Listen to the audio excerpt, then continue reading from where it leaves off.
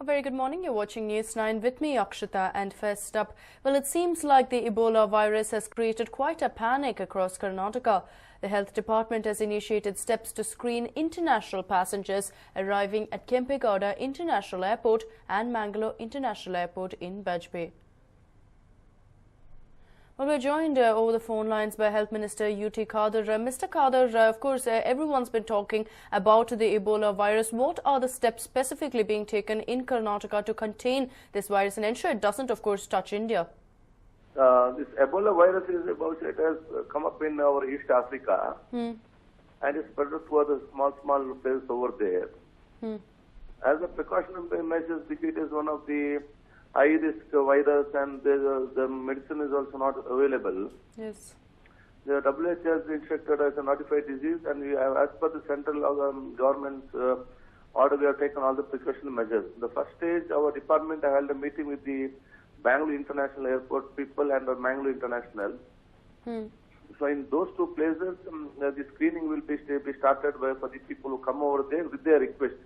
Because according to our airport international treaty, we can't have the people coming mandatory like other countries. Okay. So it will be on the request, or if we find out if some serious case is there. And under screening, if anything, any treatment is needed, we have specified 10-bed places, notified 10-bed places in all district hospitals, like Mangalore and Bangalore, how we have done for Mars and other notified diseases. The question over here is, it is a high-risk one, and we have to take the screening also. Our doctors and nurses also should be very careful, and even they should be given with some good security like equipment or mask and some of the other surgical equipment. Along with that, we are a little bit relieved because there is no direct flight from Africa to East Africa to Bangalore or Bangalore. The flight directly is from East Africa to Bombay and to Delhi. So already the first class screening will be done in Delhi and in Bombay. Great. So all the patients who are coming around from those areas, Africa, those areas, will be screened in Delhi and Bombay, and then the second one will be done over here. So any serious cases there, that will be identified by the screening done in Delhi International and Bombay International Airport. Right, Mr. Khadr, is it only in the international terminals or also in the domestic terminals that this checking will be happening? No, it is domestic airport. I don't think so, because as we say, anyone who has to come to domestic airport, for example, now from Africa, from there come to Bombay, Delhi, screening will be done there. From again Bombay, we don't have a direct flight to, for example, Mysore we don't have, Hubli we don't have. We have got only to Bangalore and only to Mangalore. And again, it is not, again from Bangalore, there will be a third screening. One who arrives from such countries to Delhi, then they'll come to Bangalore. Again, it will be to them. Any screening is there, it will be held up there in Delhi and in Bombay only. If any such small things are there, it will be screened in Bangalore. Again, there is no need of domestic one. Right, Mr. Khadr, also, are there any directions put across by the central government to ensure the control of the virus from the Ministry of Health there? Yeah, according to every state will get an immediate. It is notified diseases throughout the world. It is usually the WHO will give LRAM to all the countries such a notified disease is there in such places. According to that, all the central government will act and will direct all the state government. Once we get a direction from the central government, we will act upon that and on all the states, including our state. Mr. Khadr, also, if you could take us through what kind of screening we're talking about, how will you identify who has the Ebola virus and who doesn't when they land at these airports? Nothing special screening or something like that. There's a lot of differences with other communicable diseases and discommunicable diseases.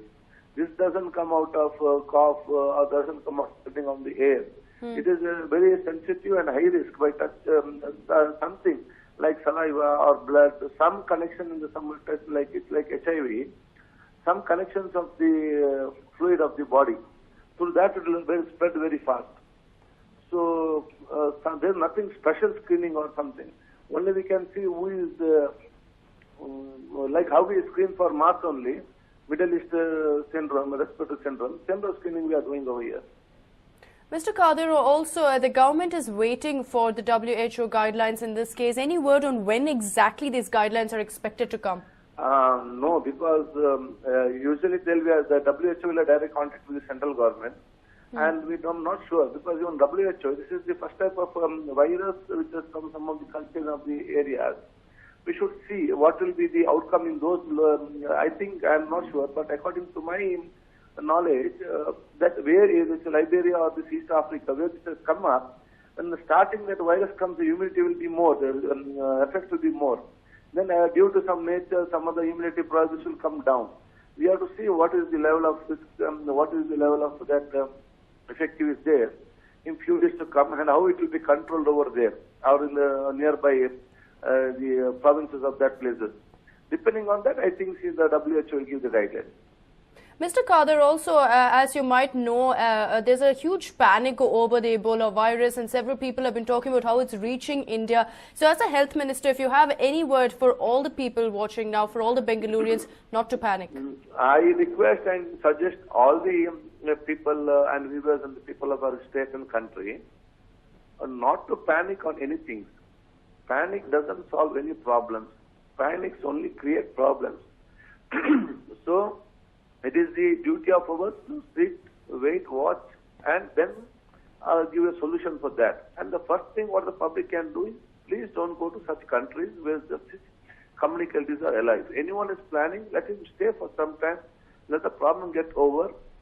Second thing, any information they've got, some Africa people is coming or East Africa, let them please inform us. Or any such suggestions or some other any our intellectuals or on the basis of experience, if any individual have got, please let them inform us, we'll take their suggestions. So panic is not a solution, it is the inspiration to create problems. Right. Mr. Kadir, thank you so much for talking to News9 and taking us through the kind of steps the government is taking as of now. So clearly they are ensuring that they tackle this issue before it goes ahead and seeps into the country as such. There are checking points in the Bangalore airport as well as the Kempegowda International Airport here in Bengaluru.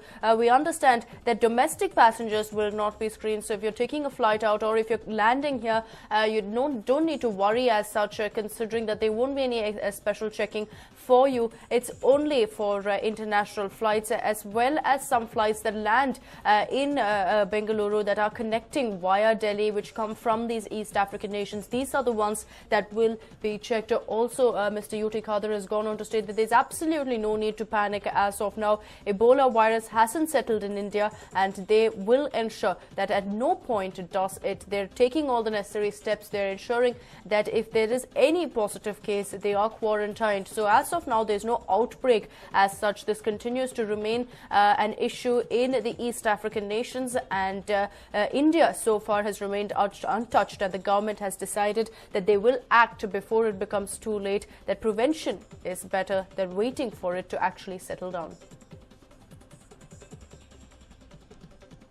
And in fact, we understand that the officials will be checking for strains of Ebola virus in passengers. This is, of course, threatening the East African nations. The screening facilities will be available at both the airports from today. All the district hospitals near the Bajpayee airport have been asked to reserve wards for passengers showing symptoms of Ebola. The passengers infected with Ebola virus will be quarantined at the airport and will be taken to the hospital.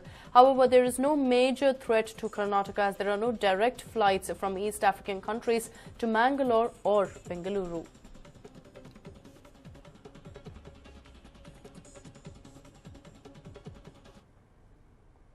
Moving on, 362 KPSC candidates have continued their protest all night against the government at Freedom Park. The candidates are fuming against the state government and claim to protest until Chief Minister Siddaramaiah personally visits them at the venue. It has been over 20 days since the candidates started the protest, but they are still waiting for a response from the government.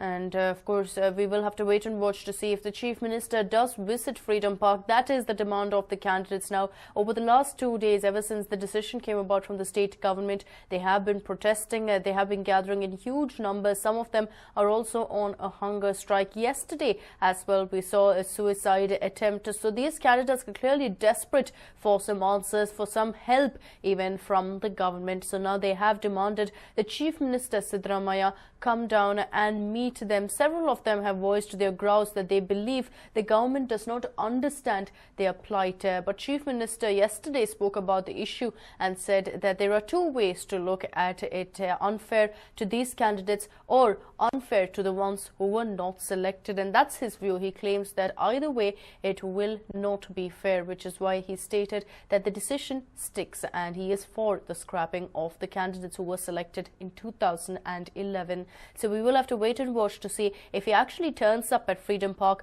and goes ahead and voices the same opinion to the candidates directly, and will that actually pacify them or lead to more protests. In fact, overnight these candidates have gathered. As you can see, they stayed through the night at Freedom Park, refusing to move. Several of them are also on a hunger strike. The police are maintaining a very tight vigil of all that's happening at Freedom Park, trying to ensure that no suicide attempt takes place in the premises, and that there's absolutely no threat to these candidates. At any point, if they do go ahead and exhibit any signs of suicides or in fact of exhaustion because they are fasting, they will be rushed to the hospital. The police have also confirmed that.